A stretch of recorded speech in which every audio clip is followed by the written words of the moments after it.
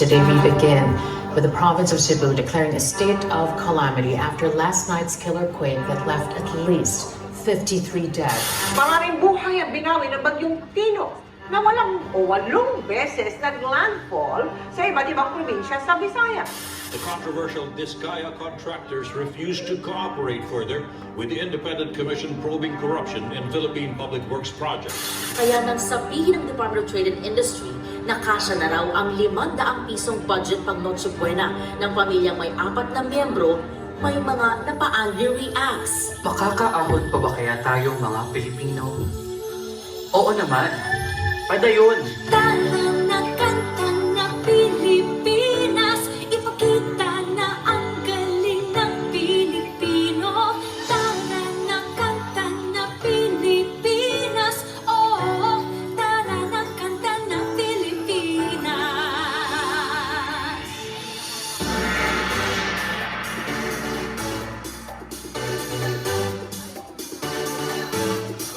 Tara na Pilipinas, kanta na Pilipinas.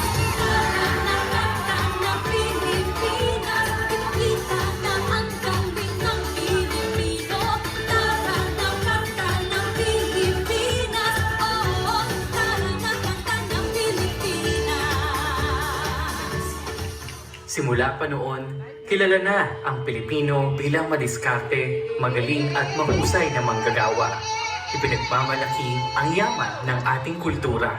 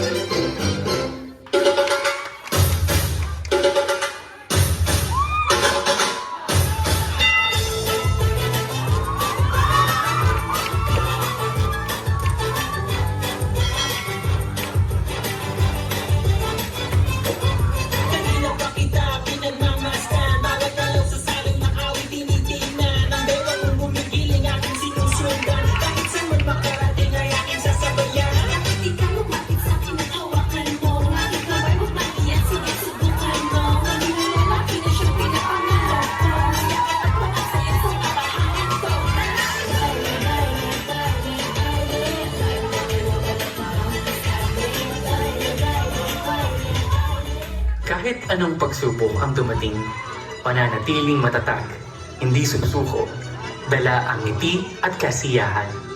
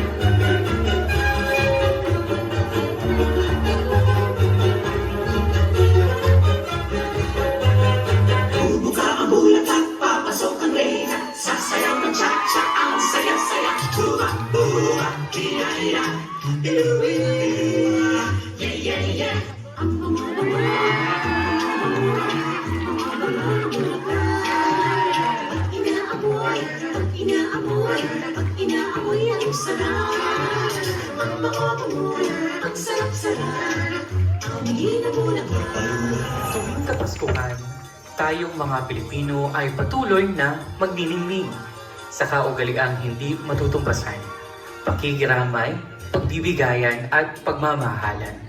Ang Paskong Pinoy ay diwa ng pasasalamat.